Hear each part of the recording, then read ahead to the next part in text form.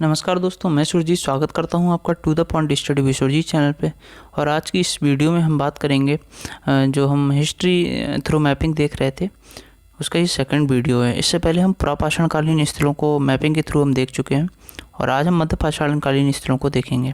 ठीक है, तो हिस्ट्री कोई ऐसा सब्जेक्ट नहीं इसको रटा जाए और लोकेशंस इसकी ज्योग्राफी अगर मैप ज्योग्राफिकल तरीके से अगर इसको याद रखा जाएगा, मैप में देख के अगर इसको याद रखा जाएगा तो अच्छे से लोकेशन दिमाग में सेट हो जाती हैं। तो आज हम मध्यपाषाणकालीन स्थलों को देखेंगे मैप में। लगभग 11 या 12 मध्यकालीन महत्वपूर्ण स्थल हैं जिनको हम मैप में देखेंगे। इससे पहले हमने प्रापाषाणकालीन लगभग 20 स्थलों को देखा था। उसके बाद मध्यपाषाणकालीन स्थल के बाद हम नवपाषाणकालीन स्थलों को देखेंगे और फिर हड़प्पाकालीन। इस तरह से हम सीरियल से चलते जाएंगे। ठीक है, और जितने भी महत्वपूर्ण साइट्स हैं हिस्ट्री की सभी को हम कवर करेंगे। तो इसी सीरीज़ में हम मध्यपाषाणकालीन स्थलों को देखेंगे। आइए पहले स्टार्ट करते हैं। इसमें लगभग 11 साइट ऐसी हैं जो मैप में महत्वपूर्ण हैं। आइए देखते हैं पहली। और मैं आपको सजेस्ट करूँगा कि एटलस खोल के बैठा करिए जब हिस्ट्री पढ़ा कीजिए अभी मैपिंग।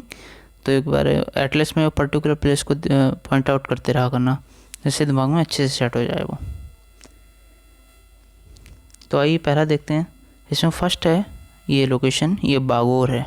ठीक है, बागोर जो है ये राजस्थान के भीलवाड़ा ज़िले में, आप लोकेशन इसकी देख पा रहे होंगे, ये राजस्थान में पड़ रहा है। ठीक है, लोकेशन से पता चल रहा है। और ये राजस्थान में एक ज़िला है भीलवाड़ा, वहाँ पे अभी वर्तमान में लोकेशन है।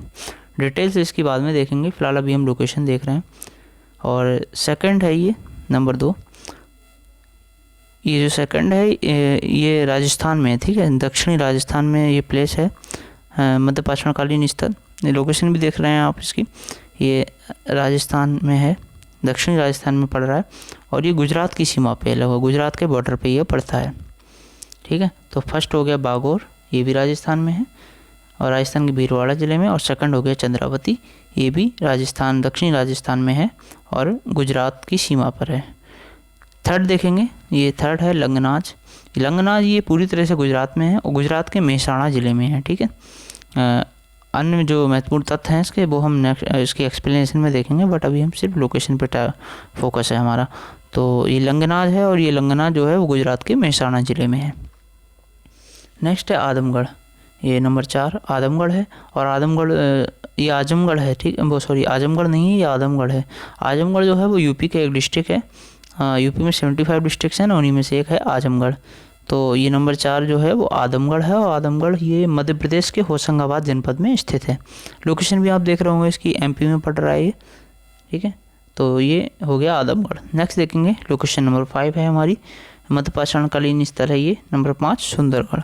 तो सुंदरगढ़ जो है वो उड़ीसा में स्थित है और जो सुंदरगढ़ ज़िला है उड़ीसा का उसी ज़िले का एक शहर है सुंदरगढ़। ठीक है, और नेक्स्ट देखेंगे लोकेशन नंबर 6 संभलपुर। जो संभलपुर लोकेशन नंबर 6 जो संभलपुर है वो संभलपुर ये भी उड़ीसा में है और ये ऑलरेडी एक ज़िला है। ठीक है, ये कंप्लीट ज़िला है। तो वैसे ये मध्यपाषाणकालीन स्थल भी रहा है संभलपुर, उड़ीसा राज्य में है। ओके, और वर्तमान में ये एक ज़िला भी है। तो अभी हमको लोकेशन नंबर 7 देखेंगे। लोकेशन नंबर 7 है बीरभानपुर। कौन सी है? ये 7 है बीरभानपुर और ये पश्चिम बंगाल राज्य के मेदिनीपुर ज़िले में अवस्थित है। कहाँ पे है? पश्चिम बंगाल राज्य में है और मेदिनीपुर ज़िले में है। देखो ये क्वेश्चन यही नहीं पूछा जाएगा कि वर्तमान में ये कहाँ पे, ये भी पूछा जा सकता है कि इसको उत्तर से दक्षिण लगाइए, इसके पूर्व से पश्चिम, पश्चिम से पूर्व से, इसको लोकेशन को क्रम के अनुसार लगाइए। ठीक है, तो इसको इसीलिए हमें लोकेशन याद रखना महत्वपूर्ण हो जाता है। नेट में भी पूछा जाता है और यूपीएससी मेंस या ऑप्शनल में तो पूछा ही जाता है, चाहे वो किसी भी स्टेट का पीसीएस हो। अगर आपके पास ऑप्शनल हिस्ट्री है तो पूछे जाने के चांसेस हैं। नेक्स्ट देखेंगे, ये हमने लोकेशन नंबर 7 देख ली ना, बीरभानपुर, ये पश्चिम बंगाल राज्य के मेदिनीपुर ज़िले में है। नेक्स्ट देखेंगे लोकेशन नंबर 8। लोकेशन नंबर 8 है, इसका नाम है सुहाग घाटी, महागरा भी इसको बोलते हैं और ये यूपी के मिर्ज़ापुर ज़िले में है। ठीक है, ये मिर्ज़ापुर ज़िले की लोकेशन है यूपी के, तो सुहाग घाटी वहीं पे है। नेक्स्ट लोकेशन नंबर 9 देखेंगे। जो लोकेशन नंबर 9 है, लोकेशन नंबर 9 इसका नाम है चौपानी मांडू और चौपानी मांडो जो है ये भी यूपी में है, और यूपी में कहाँ पे है, इलाहाबाद के पास में, ठीक है, इलाहाबाद के पास में इसकी लोकेशन पड़ती है। ओके, नेक्स्ट है क्वेश्चन साइट नंबर 10, और जो साइट नंबर 10 है इसका नाम है सराय नाहर राय। क्या नाम है इसका, सराय नाहर राय। इसको दमदम भी कहते हैं, दमदमा भी कहते हैं, ठीक है, और इसी के आसपास में लोकेशन नंबर 10 है। इसके जस्ट पास में महादहा भी एक स्थल है। दोनों ही स्थल ये यूपी के प्रतापगढ़ ज़िले में है, ठीक है, तो एक ही जगह इनको पॉइंट आउट कर दिया है कि सराय नाहर राय, महादहा, ये दोनों ही यूपी के प्रतापगढ़ ज़िले में है। और इससे क्या क्या साक्ष्य मिले हैं ये हम इसकी एक्सप्लेनेशन में देखने वाले हैं। नेक्स्ट ये और आज की लास्ट लोकेशन है ये मध्यपाषाण कालीन स्थलों की, ये है तेनमलाई। क्या है, तेनमलाई, नाम से ही साउथ इंडियन लग रहा है, लोकेशन भी है, और ये केरला में है, ठीक है, इसकी लोकेशन केरला में, केरल राज्य के कोल्लम ज़िले में। और इसकी खास बात ये है कि ये पर्यटन के लिए बहुत फेमस है, पर्यटन दृष्टि से बहुत इसका महत्वपूर्ण स्थान है। तो आज ये लोकेशन नंबर 11 का नाम था तेनमलाई, ठीक है। तो हमने ये 11 स्थल देख चुके हैं ये, अब इसकी डिटेल्स देखेंगे हम कि कहाँ से हमें किस चीज़ के साक्ष्य मिले हैं और ये वो लोकेशन क्यों महत्वपूर्ण है। तो आइए देखते हैं फर्स्ट लोकेशन। फर्स्ट है बागोर। तो बागोर एक मध्यपाषाण कालीन स्थल है जो वर्तमान में राजस्थान के भीलवाड़ा ज़िले में स्थित है।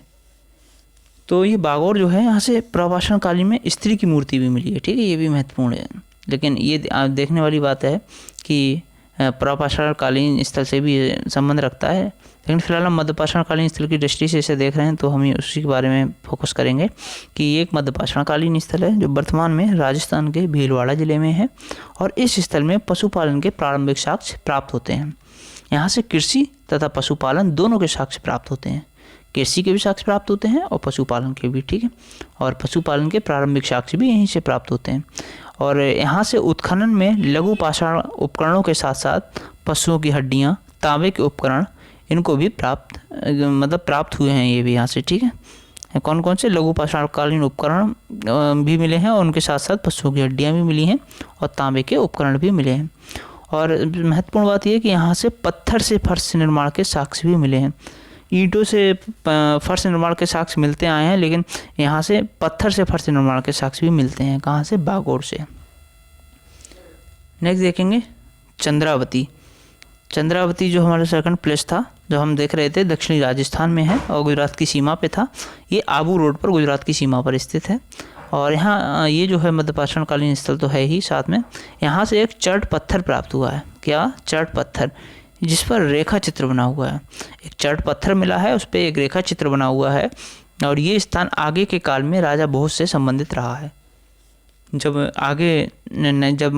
राजा भोज हुए तो राजा भोज भी इसी स्थल से संबंधित रहे हैं। नेक्स्ट देखेंगे लंगनाज। तो ये लंगनाज जो है वो गुजरात के मेहसाना ज़िले में स्थित है और विशिष्ट मध्यपाषाण कालिक स्थल है। ये विशिष्ट क्यों है, किस लिए इसको विशिष्ट माना गया है, ये देखेंगे। यहाँ से मृदभांडों के बनाए जाने के आरंभिक साक्ष्य मिले हैं, ठीक है, इसीलिए विशिष्ट भी है, क्योंकि मृदभांडों के साक्ष्य हमें यहाँ से मिल रहे हैं और वो भी आरंभिक साक्ष्य हैं मृदभांडों के। यहाँ से प्राप्त अवशेषों में प्रारंभिक दौर में शिकार तथा भोजन इकट्ठा करने के साक्ष्य मिले हैं। यहाँ पे क्या करते थे लोग कि जो शिकार करते थे, उस शिकार को सोचते थे कि एक दिन काम करेंगे, 2 दिन खाली बैठेंगे, फिर आराम से बैठ के खाएंगे। तो इसीलिए उसको क्या करने, वो इकट्ठा करने लगे थे, स्टोर करने लगे थे। तो उसके साक्ष्य भी हमें यहाँ से मिलते हैं लंगनाज से, ठीक है। और यहाँ से धातु के औजारों की प्राप्ति नहीं हुई, ये महत्वपूर्ण तथ्य है। देखो, कोई भी धातु का औजार यहाँ हमें नहीं मिलता है लंगनाज से।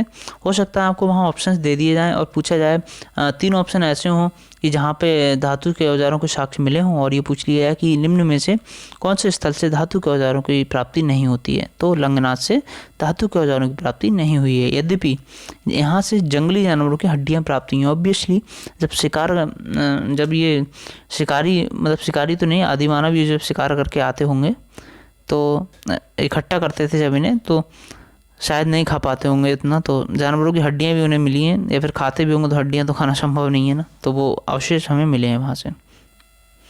नेक्स्ट है आदमगढ़। तो ये स्थल वर्तमान में मध्य प्रदेश के होशंगाबाद जनपद में स्थित है, ठीक है। ये निम्न तथा मध्य पुरापाषाण काल से संबंधित स्तर है तथा अपनी चट्टानों पर की गई चित्रकारी और पत्थर के औजारों के लिए विश्व प्रसिद्ध है। ये जो है स्थल अपनी चट्टानों पर की गई चित्रकारी और जो पत्थर के औजार हैं इनके लिए ये बहुत वर्ल्ड फेमस रहा है आदमगढ़। और यहाँ से प्राप्त जो निम्न पुरापाषाण कालिक औजार हैं, इन औजारों में कौन कौन से महत्वपूर्ण औजार हैं? हस्त कोठार है, देखो ये हस्त कोठार है, बिदारणी है, खुरचनी है, गणासा, इसको गणासा भी बोलते हैं, और सल्क है तथा क्रोड़ उपकरण है, ये प्रमुख हैं। और नेक्स्ट है मध्यपाषाण काल के उपकरणों में सबसे महत्वपूर्ण है बेदिनी तथा फलक। तो ये औजार होते थे, आप इनको गूगल कीजिएगा और देखिएगा इनकी स्ट्रक्चर किस तरह से होती थी। और एक महत्वपूर्ण हथियारों के बारे में एक महत्वपूर्ण मैं आपको बताऊँ न्यूज़ इन्फॉर्मेशन ये कि जैसे जैसे ये पुरापाषाण काल से लेकर नवपाषाण काल स्थलों की ओर नवपाषाण काल में आप आएंगे तो आप देखेंगे कि औजारों का जो शेप है वो नुकीला होता गया है। बस यही एक मेन चेंज है इसमें कि पुरापाषाण कालीन में उतना नोकदार नहीं होते थे, उतना तीखे औजार नहीं बना पाते थे, लेकिन नवपाषाण काल में धीरे धीरे काफ़ी तीखे और नुकीले औजार बनाने लगे थे ये, ठीक है। तो इस तरह हम इनके औजारों से कभी कभी देखते हैं कि ये मध्यपाषाण काल का रहा होगा, ये नवपाषाण काल का और ये पुरापाषाण काल का। तो फिलहाल हमने ये मध्यपाषाण काल के महत्वपूर्ण उपकरण देखे जिनसे शिकार करते होंगे। और नेक्स्ट है यहाँ जंगली प्रकार के जानवरों की हड्डियाँ प्राप्त हुई हैं और यहाँ के निर्मित चित्रों की श्रृंखला मध्यपाषाण काल से जो यहाँ के चित्र हैं, यहाँ निर्मित चित्रों की श्रृंखला मध्यपाषाण काल से लेकर ताम्रपाषाण काल तक की है। नेक्स्ट देखेंगे सुंदरगढ़। जो हमारी नेक्स्ट इम्पोर्टेंट साइट है वो है सुंदरगढ़। ये सुंदरगढ़ हमने बताया था कि उड़ीसा के सुंदरगढ़ ज़िले का एक शहर है और ये मध्यपाषाण कालीन स्थल तो है ही है, ठीक है। यहाँ से मानव के द्वारा प्रयुक्त औजार और मानव के साक्ष्य मिले हैं। जो मानव औजार प्राप्त करते थे, हमने कहा था ना कि ये पूछ सकता है आपसे कि कहाँ से औजार मिले हैं, कहाँ से नहीं मिले हैं। तो ये ध्यान रखना है कि सुंदरगढ़ से भी मानव के द्वारा प्रयुक्त औजार मिले हैं और मानव के निवास के साक्ष्य भी हमें मिलते हैं कि मानव घर बना के यहाँ रहते होंगे। और नेक्स्ट है संबलपुर। ये उड़ीसा राज्य के मध्य में स्थित संबलपुर ये ऑलरेडी एक ज़िला है जो मध्यपाषाण कालीन स्थलों के प्रमाणों से भरा पड़ा है। कहना इतने यहाँ पे प्रमाण है कि ये पूरा जो संबलपुर है ये मध्यपाषाण कालीन स्थलों के प्रमाणों से भरा हुआ है और यहाँ से प्राकृतिक शैलाश्रय और उसमें खुदे गए रेखाचित्र प्राप्त हुए हैं, ठीक है। नेक्स्ट देखेंगे लोकेशन नंबर 7 हमने देखी थी ना, बीरभानपुर। ये पश्चिम बंगाल में एकमात्र साइट है मध्यपाषाण कालीन स्थलों की, बीरभानपुर। और यहाँ के मेदिनीपुर जिला जो वर्तमान में है वहाँ पे ये अवस्थित है। और इस स्थल से आरंभिक कृषि के साक्ष्य प्राप्त हुए हैं। इस स्थल से आगे के काल की मृण मूर्तियाँ भी प्राप्त हुई हैं। इस स्थल से आगे के काल की हम देख रहे हैं कि आगे के काल की से क्या तात्पर्य है कि आप देख के मृण मूर्तियों को बताएंगे कि ये पूरी तरह से मध्यपाषाण काल की तो नहीं है, ठीक है। तो मध्यपाषाण काल से आगे की जो आगे का काल था जो कंटिन्यूस रहा होगा वहाँ से हमें मृण मूर्तियाँ भी प्राप्त हुई हैं। नेक्स्ट देखेंगे पॉइंट नंबर 8 क्या है हमारा साइट की स्वाग घाटी, ये महागरा, ठीक है। ये एक मध्यपाषाण कालीन स्थल है और इसकी वर्तमान जो अवस्थिति है ये उत्तर प्रदेश राज्य के मिर्ज़ापुर ज़िले में है। और इस काल के मानव की सांस्कृतिक तथा कलात्मक गतिविधि जानने के लिए यहाँ से मिले साक्ष्यों का प्रयोग किया जा सकता है। इस स्थल से कुछ गुफा चित्र मिले हैं। महत्वपूर्ण यही है कि स्वाग घाटी से गुफा चित्र मिले हैं, ठीक है। लोकेशन यूपी के मिर्ज़ापुर ज़िले में। नेक्स्ट है कि चौपानी मांडो, ये मध्यपाषाण कालीन स्थल नंबर 9। ये चौपानी मांडो के बारे में है कि ये मध्यपाषाण कालीन स्थल है जो इलाहाबाद जिसको वर्तमान में प्रयागराज के नाम से जानते हैं, तो प्रयागराज के पास मेजा तालुका में स्थित है, ठीक है। और यहाँ से हम विश्व के प्राचीनतम हस्त निर्मित मृदभांड प्राप्त होते हैं हमें। और यहाँ से अनेक लघु पाषाण से निर्मित उपकरण भी प्राप्त होते हैं। और लोकेशन नंबर 10 देखेंगे सराय नाहराय या दमदम। ये एक मध्यपाषाण कालीन स्थल है और यूपी के प्रतापगढ़ ज़िले में है। और ये जो महादहा है, एक मिनट इसको भी देख लेते हैं। ये जो महादहा है, सराय नाहराय भी यूपी के प्रतापगढ़ में है और महादहा भी यूपी के प्रतापगढ़ ज़िले में है, ठीक है।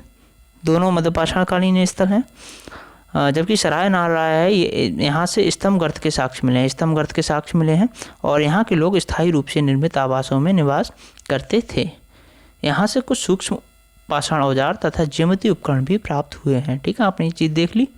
एक ये मतलब आवासों में स्थायी रूप से निर्मित इनके आवास हुआ करते थे, इसमें ये रहते थे सराय नाहरराय में। और स्तंभगर्त के साक्ष्य मिले हैं यहाँ से। नेक्स्ट महादाह में क्या है कि यहाँ से मानव के स्थायी निवासी हैं और स्तंभगर्त के साक्ष्य मिले हैं। लेकिन यहाँ एक महत्वपूर्ण चीज़ मिली है हमको क्या महादाह से, कि यहाँ से पशुओं के सींग से निर्मित एक कंठाहार मिला है। कंठाहार क्या होता है? गले में पहनने का कोई आभूषण, ठीक है, कंठाहार मिला है। और ये मध्य पाषाणकालीन लोगों की कला प्रियता को प्रदर्शित करता है। और ये दिखाता है कि जो मध्य पाषाणकालीन लोग थे वो कितना कला को पसंद करते थे, कितने कला को मतलब कला उनको कितनी प्रिय थी कि उन्होंने पशु के सींग से निर्मित एक कंठाहार को बना के पहना हुआ था, ठीक है, जो हमें साक्ष्य मिले हैं अकॉर्डिंग टू डेट जो भी रहे होंगे साक्ष्य, उनके हिसाब से हमने ये लगाया है कि वो कला प्रियता उनके अंदर थी। नेक्स्ट है और लास्ट लोकेशन है ये तेनमलाई। ये केरल राज्य के कोल्लम जिले में अवस्थित है और यहाँ से मध्य पाषाण काल के हड्डी के औजार प्राप्त हुए हैं। वर्तमान में ये स्थल प्राकृतिक पर्यटन की दृष्टि से विशेष महत्व रखता है। ओके, तो ये 11 लोकेशंस महत्वपूर्ण थी मध्य पाषाण कालीन स्थलों की, हमने देखी। तो नेक्स्ट हम नवपाषाण कालीन स्थलों को कवर करेंगे साइट के माध्यम से। और डेफिनेटली लोकेशन से एक या दो क्वेश्चन तो प्री में भी पूछा जाता है, कोई भी एग्ज़ाम हो, वनडे एग्जाम्स में भी पूछा जाता है। तो आप इसे अच्छे से पढ़ते जाइए, रिवीजन करते जाइए। और ये सीरीज अब तो फिलहाल कंटिन्यू रहेगी, बीच में गैप हो गया थोड़ा। तो अगर वीडियो आपको अच्छी लगती है तो इसको लाइक करें, दोस्तों में शेयर करें और चैनल को सब्सक्राइब करें। Bye bye, take care.